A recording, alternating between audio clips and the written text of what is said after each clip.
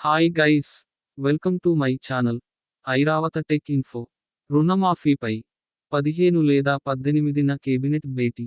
రైతులకు ఆగస్టు 15 లోపు 2 లక్షల రూపాయలు రుణమాఫీ చేసేందుకు ప్రభుత్వం కసరత్తు చేస్తోంది.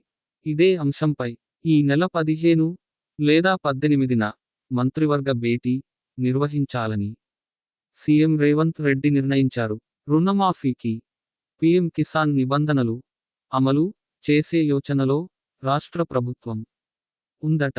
మంత్రులు, ఎమ్మెల్యేలు, ఎమ్మెల్సీలు, రాజ్యాంగబద్ధమైన పదవుల్లో ఉన్నవారు, ప్రభుత్వ ఉద్యోగులు, ఇట్ చెల్లించేవారు తదితరులకు కేంద్రం పీఎం కిసాన్ అమలు చేయడం లేదు.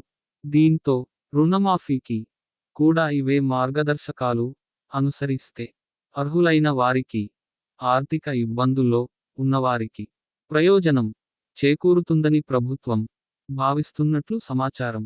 రుణ మాఫీకి ఏ తేదీని కటాఫ్ తీసుకోవాలి, అర్హుల గుర్తింపునకు విధివిధానాల రూపకల్పన, నిధుల సమీకరణ మార్గాలపై చర్చించనున్నారు.